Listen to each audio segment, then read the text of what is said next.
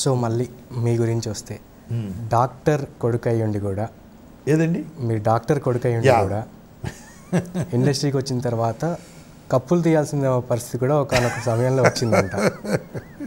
అదే పెద్ద పాఠం అండి నాకు. మా ఫాదర్ డాక్టర్, నన్ను డాక్టర్ని చేయాలనుకున్నారు, నేను వెళ్ళలేకపోయాను.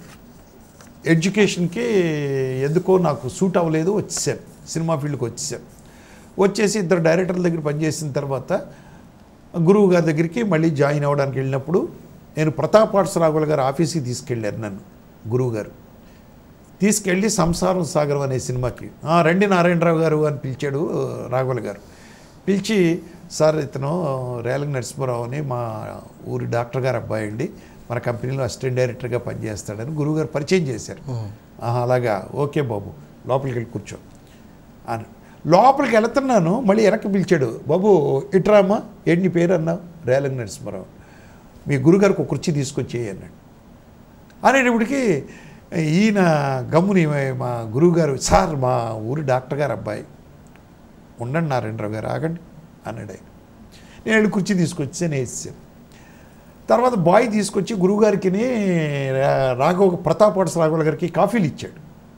వీళ్ళు కాఫీలు తాగేసి, బాబు ఇట్రామ్మా, నీ పేరేంటన్నా, నా పేరు రేలంగి నరసింహారావు అండి, ఈ కప్పులు తీసుకెళ్ళి బాయ్కి ఇచ్చేయన్నాడు. సార్ మా ఊరి డాక్టర్ గారు అబ్బాయి అండి. నారాయణరావు గారు ఆగండి అన్నాడు. కప్పులు తీసుకెళ్ళి లోపల పెట్టేశాను. సరే వాళ్ళిద్దరూ మాట్లాడుకోవాల్సింది మాట్లాడుకున్న తర్వాత బయటకు వచ్చేస్తూ ఉంటే వెనక్కి పిలిచారు. నరసింహారావు ఇటు రావయ్యా అన్నారు. రాఘవుల గారు వచ్చారు. భుజమే చెయ్యేసి నువ్వు పైకి వస్తావయ్యా అన్నారు. అదేంటి సార్ అన్నాను.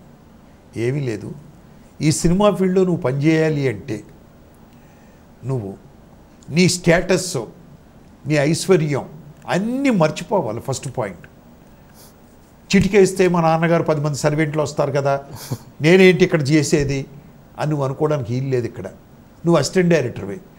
సపోజ్ ఫ్రేమ్ పెట్టాడు కెమెరామెన్, పెట్టినప్పుడు ఆ ఫ్రేమ్లో చెప్పులు ఎక్కడో ఉన్నాయి, బాబు ఇట్రామ్మా ఆ చెప్పులు తోయి అంటాడు. నేను ఏంటి డాక్టర్ గారు అబ్బాయిని, మా నాన్నగారు చిటికేస్తే 10 మంది వస్తారు అని నువ్వు అనుకున్నావు అనుకో, అవుట్.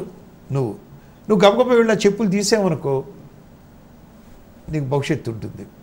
అంటే చెప్పులు తీసినంత మాత్రం భవిష్యత్తు అని కాదు, ఈ స్టేటస్ అనే విషయాన్ని నువ్వు మర్చిపోయి ఎవరే పని చెప్పినా సరే నువ్వు చేయగలిగితే నువ్వు పైకి వస్తావు అనే దాని నిదర్శనం ఒకటే. నేను చెప్పిన 2 పనులు చేసావు అని ఆ రోజు నన్ను ఆశీర్వదించాడు ప్రతాప్ ఆర్ట్స్ రాఘవుల గారు.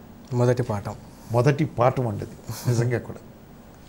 ఇప్పుడు పెద్దలు చెప్పినవి నిజంగా మనం అనుభవపూర్వకంగా చెప్పినవి అన్నీ కూడా మనం నేర్చుకోవాల్సిన అవసరం ఉందండి. దాన్ని తప్పుగా మనం అర్థం చేసుకుంటే మనం పైకి రాలేం. ఎన్ని గుణపాఠాలు మనకండి, గుణపాఠం కాదు, పాఠాలు మనకండి.